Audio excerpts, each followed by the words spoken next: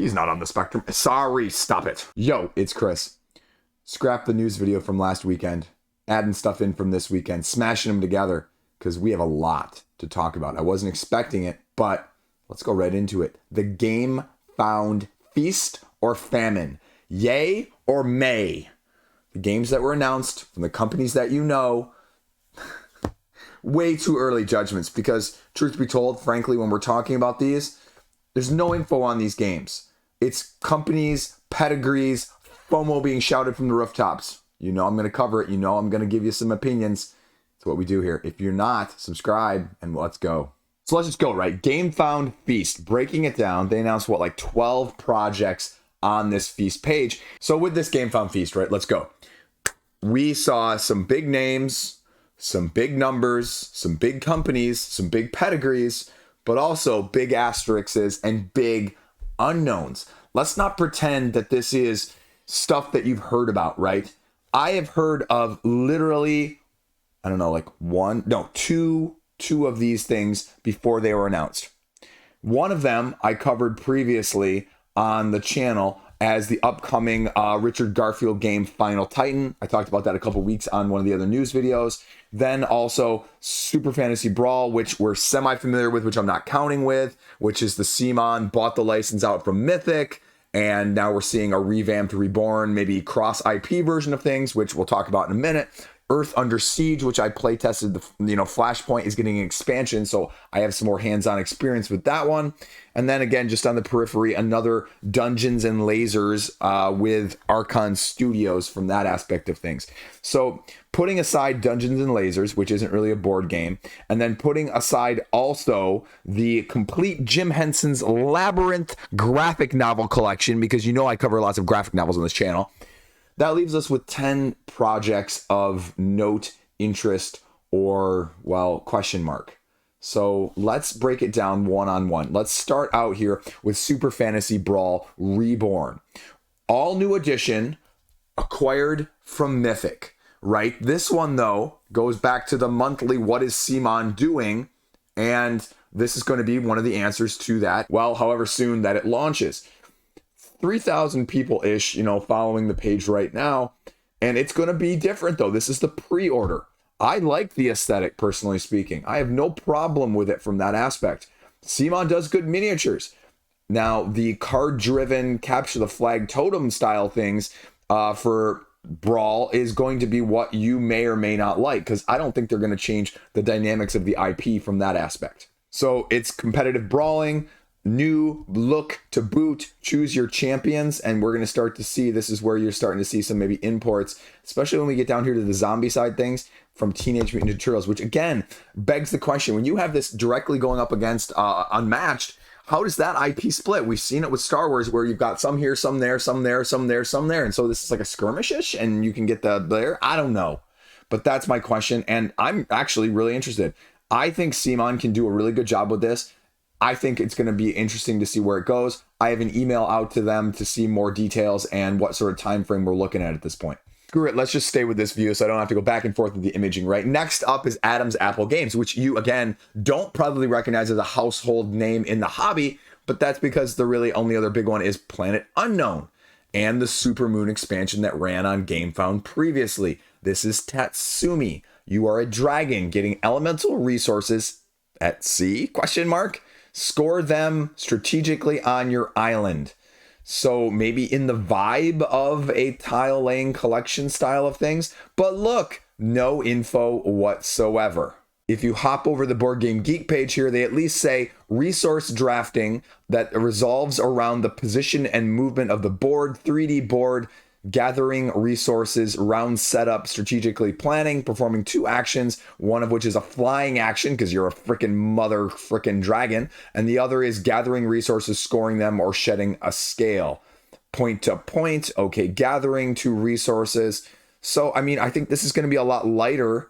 It's got a 2 rating. I don't believe that 1 second about anyone knowing that, but just based on that description and the decision making that's going to go along with it, I'd probably wager it is, something in the 2 to 2.5 range. Does that intrigue you anymore though at this point? Or is it just going to be an aesthetic pleaser? Because 40 minutes or less, 1 to 4 players. How do you do that solo? No, you do that, 2 or 3 player as a whole. So it's right up my ilk. I love the idea of this. I'm going to follow during the video right here, but that's also why this only has 1,300 compared to the 3,000 with Super Fantasy Brawl. And I'm going to mention this one next, right? Nerdlab, I talked about this as the other one that I sort of had on my radar. Final Titan as well, of Richard Garfield. Champions going up head to head. It almost gives me like King of Tokyo card style vibes, if you will. No details though whatsoever.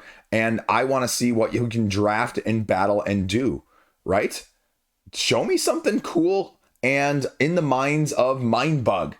I love Mindbug. And look if this is contextually what you're going to be seeing, 2 values, maybe a little text, maybe an ability down here at the bottom, that's all I need, because you don't need the depth of the rulebook to be like Speakeasy. You need it to be coherent. You need to have fun. You need to have accessibility. That's what I always shout on this channel. And that's what I want to do. You can upgrade to. I think this looks everything that I am interested in. This, to be frank with you guys, I take that back what I said about the others. This is my most desired one. And you know what? Screw it. I want this. I'm going to follow this. And I am going to, again, reach out to Nerd Labs and kind of see where things are at, because your boy wants to know as much as possible. Dramatic comebacks, thrilling showdowns, and a whole lot of take that. Boom shakalaka. All we need is an ETA, and we'll go from there. The other one, again, I think this is a completely, utterly mixed bag. Earthborne games. Earthborne, right? Everybody loves it. Got critical acclaim, sold out everywhere. Did gangbusters. I don't know with this. This has Netrunner vibes with a 2 to 4 player. It says expandable, but not collectible. I feel weird when I see that, and I think they're just trying to be hyper specific to make sure people know it's not a CCG, but also it just worries me, and it's not collectible. Is it still going to be like a Netrunner where you're just buying set after set after set and build and build and build and deck build and deck build and deck build and deck build and deck build, you with a espionage, deduction, suspense style of things? I don't know. It's complete and utter unknown. I'm going to have my eyes peeled for more details, but I would say we're probably not going to know, and I'm not big enough probably to get those details first here, even though, again, gonna try and gonna see what else they can do. But again, this one, like many of these, aren't going to be launching until 2025, so we have plenty of time to see. But as I mentioned, right, Star Wars Destiny, Android Netrunner, Marvel Champions, and some of this is the same stuff from the previous. But again, the pedigree is there, the interest is there. I just don't know what to make of this one, more so than almost anything else on this page. Then we're going with Vestige, Orange Nebula. Now, again, I felt a little bit weird about this one. Modern Euro, under an hour. Resource alchemy modeled system of a color wheel.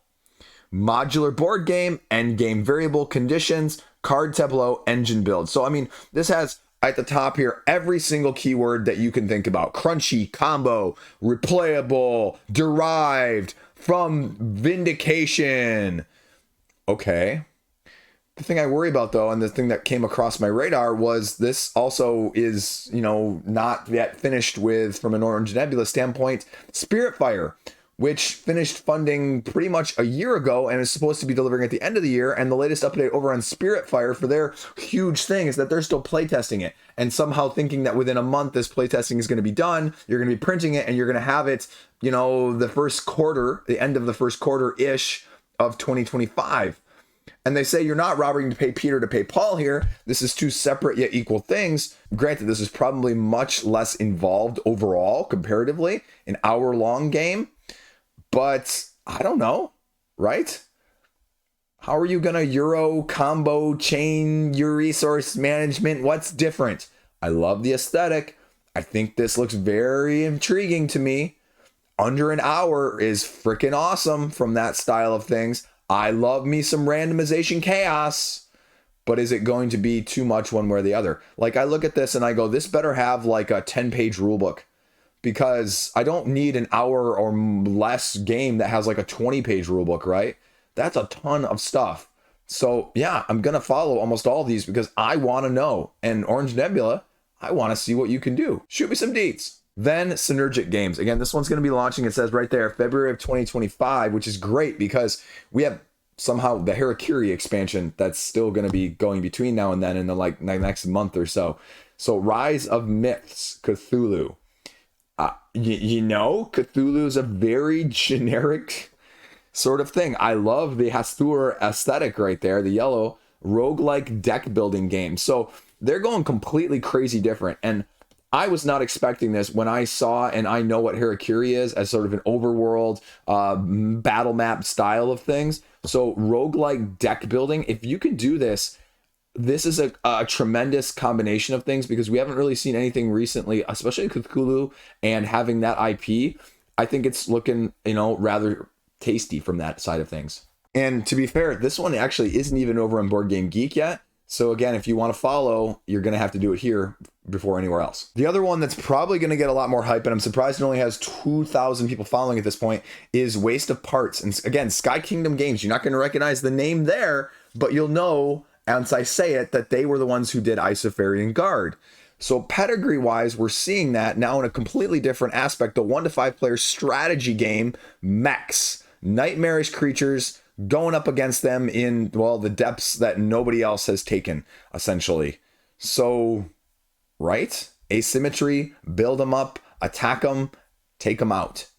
So a lot of vagary in terms of this. Again, distance traveled, hull points, mechs, noise output. I have no idea. So I worry about complication. I worry about making it too detailed. But this one is already going to be coming now November 19th. So of any of these, maybe bar the CMON style pre-order, this might be the next one that you actually see on crowdfunding. So this one we're going to know well in advance of what some of these others are doing. And so I'm intrigued. And similarly, again, not even over on Board Game Geek. So this is the only place you're going to get information. Now, Seas of Havoc. I played the first time around. First Mates expansion, Rock Manor Games, giving us something new, giving us something else to go off of. So people like this one. I liked it. I don't think it was like my favorite, but this is relatively impressive. I didn't realize this many people had it this high. So I don't actually think I ended up with a final copy. It was one of those that I prototyped. And again, truth be told in this channel, right, folks, sometimes I get final copies and sometimes I don't. So, just because I get a prototype doesn't mean I always end up, or I cover it on the channel doesn't mean I always end up with something else later. So it's just giving you more. Sea Monster expansion, I think that looks cool. It's an action programming pirate style game, and it's really good at what it is. But it's also one of those, you're either going to really love this style of things or you're not. So I'm not sure with an expansion like this, it's probably going to change your mind. But it's solid enough that you can listen to smarter people talk about it than me and really have enough information already to make up your mind from that aspect. Then, like I mentioned, Earth Under Siege, this was way too heavy for me. I give them kudos. I got one or two of you guys. I see you guys in the comment section all the time.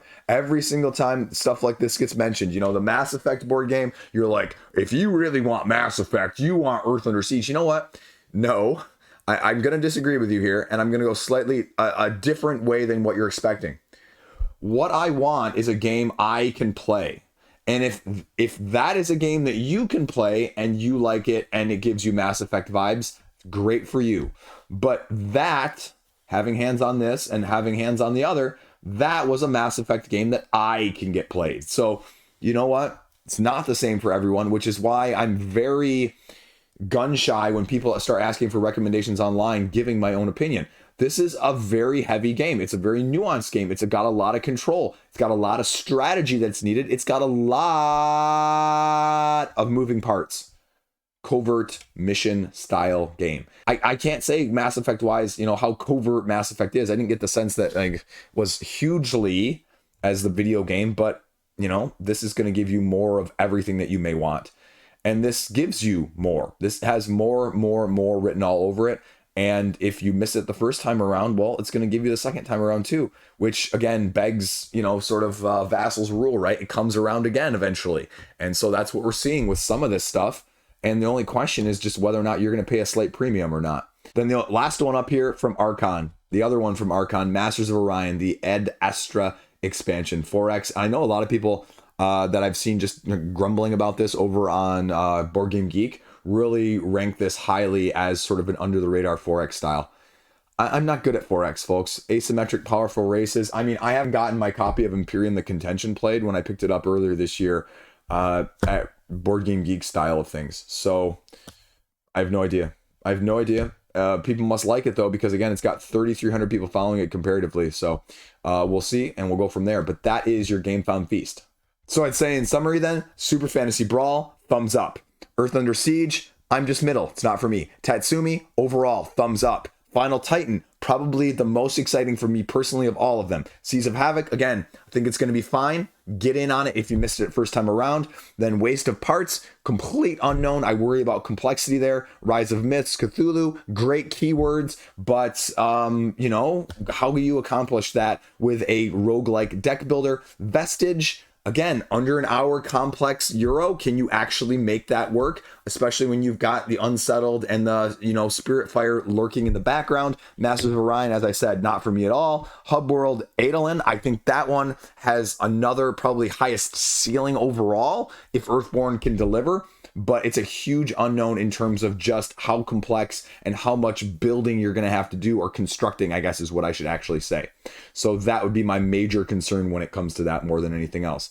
Now we have to talk about something else that came across my eyes. And, I talked about it a couple times already, but I have to emphasize this and I have to show you it, right? Because we finally now have seen from Restoration Teenage Mutant Ninja Turtles this past week. Check out the roundup from Friday. I let you know my feelings on that. Don't worry, there will be a should you or should you not back video detailing that further towards the end of the campaign. But they announced the Witcher pre-order on their website. And I'm sorry, but I have to speak my mind on this one. So here it is, the bundle, $100. And I was like, okay, that's a lot, right? Most of these go for like 20, 25 bucks at retail. More recently, Slings and Arrows, Sun's Origin, you're looking at about 25. And I was like, okay, I'm getting like 2 boards. I'm getting like 3 characters each. I'm okay with that. If you can port me over some of the, unmatched adventure style things and allow me to do that before the campaign launched for Teenage Mutant Ninja Turtles, I was like, okay, I can maybe swing this, right? And then I was like, okay, foil promo packs. I don't know where to get those otherwise. I'll pay a little premium. I like your Restoration. You're putting out a solid product. Limited edition figure of Geralt in the mother forking bathtub. I'm sorry. I know they did like the whole Jurassic Park thing with him lying on the bed. I thought that was stupid and ridiculous. I think this is stupid too. I'm sorry. I'm never going to put that on my tabletop. That is right up there with the anime babes with the scantily clad clothes. This is just not, hey dad, why is this guy in the, no, if you wouldn't do this with a woman, I guess is what I'm saying. If you wouldn't put Cersei or a female sorcerer in a bath like that, why would you put the guy in there? I don't understand. And you guys are going to look at me and go, Chris, you're making too much out of this. I am. But I'm allowed to voice my opinion too. And you couldn't just, that's the exclusivity. Man, I guess I just do better, I guess. I don't know. Like it's not like it's a clown Deadpool versus a regular Deadpool. It's a guy with feet and half in a bathtub, right? Who's naked. Again, if it was on the other foot, would this be acceptable? No. So why is it acceptable in this case too? I don't know, but I want the promos. I want to support them, but I don't see the reason to get this. And even since I last looked at it, it's now actually not even in stock. All people have bought it. So people want it. And I guess that's the other thing is I don't really know how Unmatched does their promos. And I think those are like not just like foil different ones, but right. And it says these are going to be $50 each, and Geralt is going to be $15. The miniature Geralt in bathtub, $15. $15 for that. What is it, like the size of my table? What one miniature, non-gameplay wise, as far as I can tell, is worth $15? Right? Am I taking crazy pills here? I probably did tonight, but that's besides the fact. And you know what? This is on top of that. So right. Then we're going over back to Gamefound actually, because Lord of the Rings, Ghost Galaxy, from the classic that I talked about previously, Lord of the Rings Confrontation, both editions. They finally put out the first update, and I want to highlight this. Usually I'm not like, okay guys, we have to talk about all the updates on all the campaigns and we got to do this, No, but we need to talk about this because it worries me. It worries me, and it should worry you, because I know a lot of you also commented like, hey, you're like, Chris, I'm really interested in this game. I really think this is a good game. And they even say, hey, look, this is, one of our favorite games, and that's how we got it. And there's, 2 different editions. And you know what? We're going to give it to you, right? We're going to continue the legacy of this game with a new edition. But 2 versions during the campaign. 2 versions during the campaign. 1. I'm losing my voice because I'm getting so hyped up here, even more so. Awesome new edition, produced in a standard commercial board game format with updated art, components, new game design elements as option number 1. Option numero deuce. Breathe in time. Breathe out time. Okay. Ultimate edition. Ultimate edition. A creation. I'm reading this straight from the page when I'm talking to you about this, right? Unlike anything the world has ever seen, an artifact in true homage, that's how you pronounce that word, homage to the great game and Tolkien's books. English language only, so I hear you guys. Some point in 2025. 1 update per month in 2024, so we'll see where this goes. This was actually the September 30 update, so we're still going to get another update sometime this month, but it's maybe going to do the whole Guards of Atlantis 2, where that designer does the update on the very last day each time. So that's what I'd be hoping or expecting at this point, but that also freaking worries me, because it's going to be like something wooden or something along those lines, and it'll be like, I don't know, like $300. You heard it here first. I'm making it up, but that's where I have a feeling this is going. Just completely jumping the shark over the top. And I say that as someone who loves this game and would even slightly hesitate in considering getting it, right? Whew, not a good sign for me. Then I'm going to throw this in here really quickly. Gosu X, one of my top games in 2023. They just announced, sorry, we are French, a second expansion, neither of which are available in English yet. Hopefully both of them will be available in English before the end of the year, but they're over at Essen, and they're going to have some availability or some playtesting or something going along with that. So if you missed out on Gosu X as one of the best 2-player card-driven battlers that's out there, period, my recommendation, don't listen to anybody else because I don't know what I'm talking about sort of thing, you can give that a look-see. I thought I'd just give a quick shout-out there. Stonemaier. Stonemaier acquires Takaido. They bought it. They got it. They're going to remake it with a new edition. Make it pretty aesthetic Stonemaier style. I don't know. All I can say is that Jamie is a successful, very good businessman. So as I'm spinning this coin and having it run into the laptop sitting in front of me, all I will say on that side of things is there must be a significant business money-making opportunity here. Otherwise, it wouldn't have been done. So was it being sold off for, pennies on the dollar, where all you got to do is have a slight bump in things and you can maintain it? I feel like that's almost what Super Fantasy Brawl was in a different way, although I'm sure that wasn't complete pennies on the dollar. But, that's what people say. When the market goes down, that's the time you buy, right? That's not the time you sell when everyone's scrambling and the market's crashing. That's the time to get in at that point. So I feel like that was a little bit with Takaido here. Then Horrified, the new Horrified from Ravensburger, is giving us a first-time standalone expansion pack of Krampus'd. And I don't know, I feel mixed things. I know a couple of you guys have commented that you really like Horrified, but, the overall consensus on a lot of the forums and even, like, social media on Reddit... I'm sorry, I gotta stop spinning this coin. Squirrel! My kids have ADHD, but I certainly don't, right? He's not on the spectrum. Sorry, stop it. Okay. Getting distracted. But there's some, compatibility issues. You can't cross the monsters over. The rule book is apparently bleh. There's a bunch of variants. I don't know. Let me know down below. Should I actually try and acquire like the World of Monsters or the Greek one or the American one? Like, which one is the best? You let me know down below and we'll go from there, and I'll see if I can do it, because I should probably review it at some point as someone who loves these semi-hard co-op light style-ish families vibing games, but not totally as well. So Krampus, I guess so, right? We'll take it. We'll see where it goes. Is it going to be as good as you hope? I don't know. New stuff, mix and match. We'll go from there. Then Dice Throne. I mean, we got a date for Dice Throne Outcasts and the Adventures Unchained. It's on the 29th of this month, and they just announced like Headless Horseman, I think, was the latest announcement of the latest character. I don't even know any more details, right? We'll see. I mean, I guess I don't really. Spoilers, not this next one, the first one. I'm doing that as a test, but the second video, one of my unpopular board game opinions is, and again, maybe this isn't unpopular, but maybe I'm the only one I feel like that ever says it, is board games don't need trailers. Board games don't need videos giving me non-gameplay, things, right?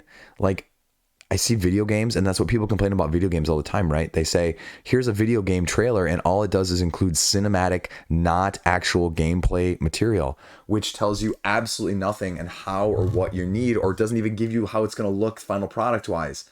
Like, right? I feel like it's a little bit of, why the freaking deuce are you spending money on that?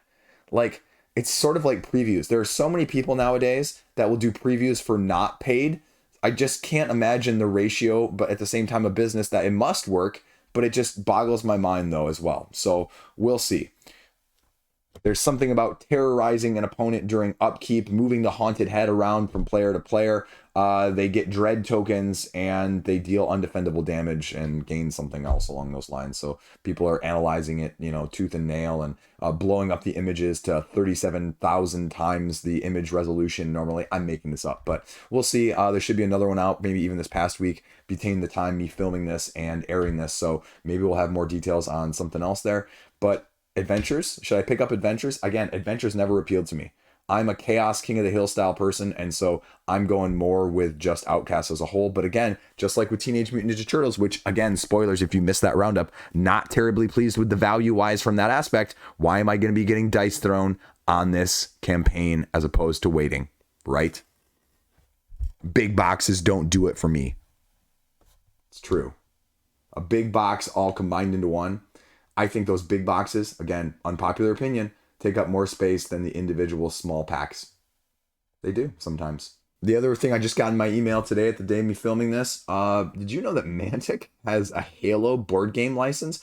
Only it's actually like a skirmish style Halo, measure it up, terrain it up, all of those things, and it's Halo Flashpoint. But if you didn't know about it, you can go over to their website and check it out and spend a couple $100 at least to get it ordered if you're a huge Halo fanboy, nostalgia-wise as a whole. So, I mean, that's kind of intriguing, I guess, right? There was a post the other week about, can you copyright board game ideas? And then they threw out some accusations of someone who was blackmailing someone else who thought they were entitled to get some money. And Reddit, as Reddit always does on the am I the a-hole things, or, any of those fake karma quoting posts of, my boyfriend tried to kill someone while I was giving birth, so I kicked him out. Am I overreacting? Like, just that fake scenarios that always get set up. Well, people were really outraged. And again, people throwing around that this person is an awful person. This person is an awful person for doing this. And again, we have this one-sided Reddit he said sort of situation.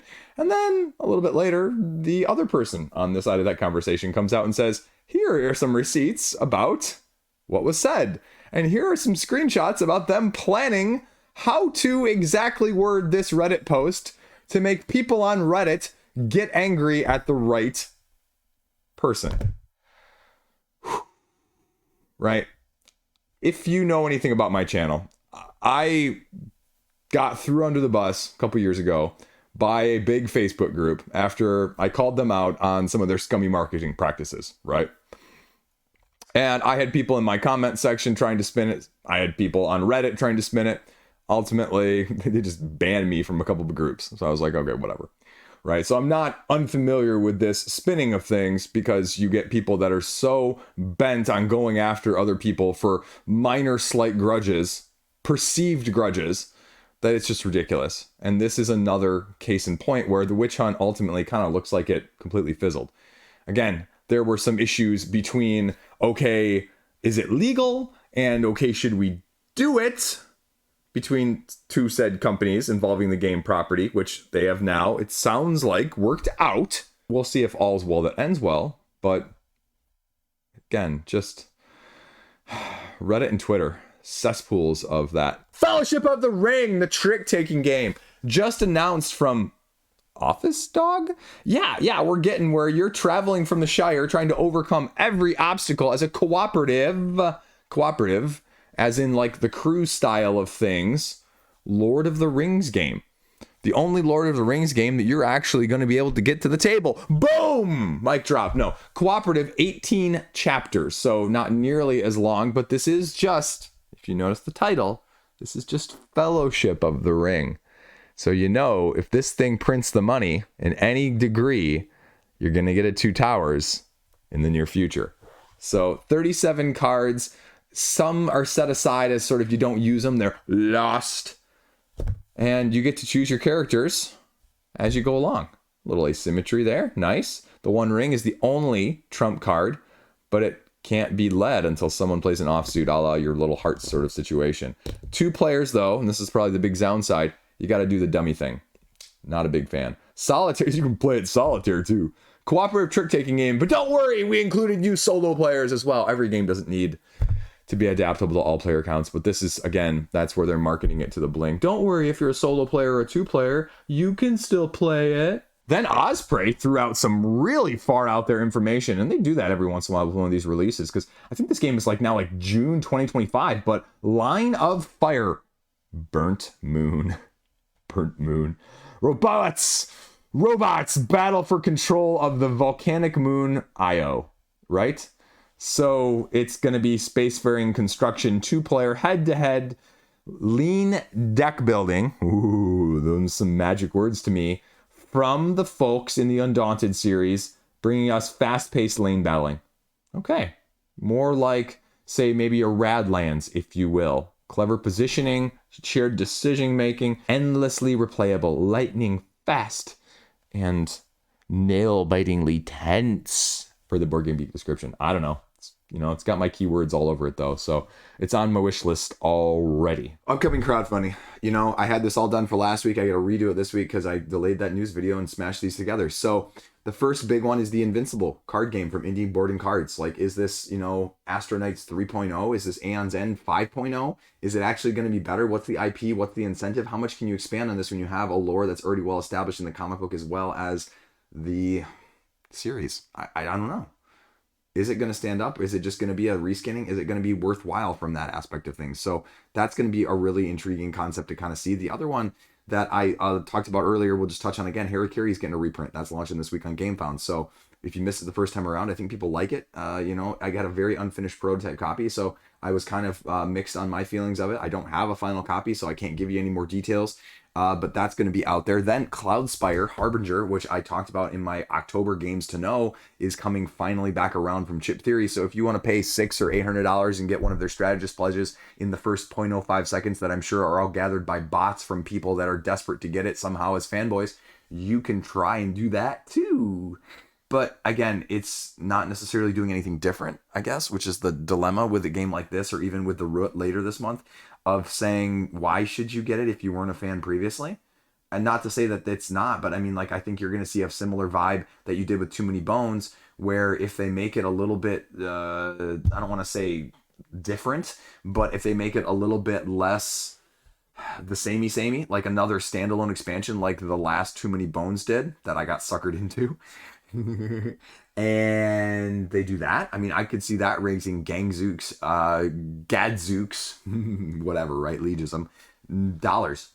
And maybe even offering some of their other previous stuff for Cloudspire that wasn't available, or maybe doing a big box, or, that's what kind of they did on the last Too Many Bones one. So I wouldn't be surprised if you see some combination thereof as well. Then Above and Below, like I talked about as well for October, that's launching the Haunted campaign with a whole new haunted house style of things, ghosts, and 2 new caves that you can manage as a Red Raven. And it's the other question I guess I had was one of their last ones with Creature Comforts. They also did the Emerald Isle game along with it, the remake, re-edition of that one. I forget the actual name of that one. I'll put it up over my face right now. But it was a remastered edition of that one. So is it going to be like a combo campaign surprise out of nowhere sort of situation too? Haven't heard anything about Creature Comforts recently. I think that's in process or just recently delivered. So I wouldn't be surprised if that's making some waves around this time as well. Then Bad Karmas and the Curse of Cthulhu. The Bad Karmas, sort of the app-driven, huge miniature style game, is coming back I haven't actually seen the first time around whether or not that's delivered or if that's any good, so we'll see where that goes. And then my boy Devin, his game, his print and play is launching on the 8th as well. So he's got that figured out. Yeah, I know. I was joking, man. It's a prototype rulebook and it was 32 pages, but it was like, like Word document 32 pages, right? So when you actually scale it down to like actual board game, it'll be like 8 or 10, right? So I was just teasing you, man. I got you. I got your back. So that's going to be cheap and you can get it as a print and play and a battler from that style of things. So that'd be, that brings me up to another point. Like, I hope if that game is successful, then Devin, then you make cards, then you do like a BattleCon or an Exceed style later. That's not just a print and play. Because if it really works out and people like it, you come back around the second time, which is why I see some of these first time crowdfunding campaigns. It's like, man, you know what? Cubes and cards are okay. You don't need miniatures. You don't need standees. Make it freaking work. Do a light Yomi BattleCon style of things. Get the crowd swell and the fan grassroots support. And then come back a second time around. Nobody wants to like, okay, well, the second or third time around, then we really made it. You know what? Did you make it? Did you make it? Not did you actually physically make it, but if you made it, you're going to continue to grow it. That's what I mean. So we'll see what comes of that one too. So that is it. The all play one I think is launching this week or next week too. I can't remember. I don't have a date on that one off the top of my head with the 4 games from that aspect. So that's going on. What's on the hotness though right now? Well, I mean, this is Essen weekend, right? So a lot of Essen hits, a lot of the Gamefound Feasts that are on there, a lot of the retreads, a lot of any huge channel that puts out video content like Shut Up and Sit Down, that's going to go. Civolution is at the top right now of Essen. That's one of the ones that I threw on my list as the one to watch here at the end. No idea. Big question marks, tech trees and deities, right? Combination there, I have no clue of. Speakeasy, it's crowdfunding. Again, how does this vary from Lacerda's? Are you willing to pay more for a more complex game? I think that's a great question that one of you guys asked, and I don't have an answer for that. Lord of the Rings Duel for Middle-earth, it's getting all the hype. I'm going to get myself a copy. Endeavor Deep Sea is delivering right now too. That game is fantastic. If you missed that, I mean, go pick that up. That was one of my best crowdfunded games that I played last year. Period. It would have been on my top 10 list last year. If I get it in time this year, it might still make the top 10 list this year. Andromeda's Edge, I'm going to be filming shortly after this some big box thoughts and concerns videos. I have just gotten my Andromeda's Edge pledge and I've gotten my second half to True Bang, and we're going to talk about some regrets and some positives and some negatives. Then SETI's search for extraterrestrial intelligence. I have to enunciate that because otherwise I screwed up and takes me like 4 takes. There. No idea. Probably too heavy for me as a whole, but Essen. Unconscious Mind. Essen. Being delivered. Babylon. Covered in my Essen game list as well there too. 3D sculpture building in the Gardens of Babylon. Black Forest. Same. Shackleton Base. Spacefaring game. Same. Datashi. Devere. Heavy. Essen. Same. Tea Garden. Same. AI Space Puzzle. Same. Inferno. Same. All of these are the big Essen ones. Phoenix New Horizon. Covered that one. Same. Forest Shuffle just won an award over in Europe as one of the best games from one of the other, second or third best awards from that side of things. So it's getting some clicks.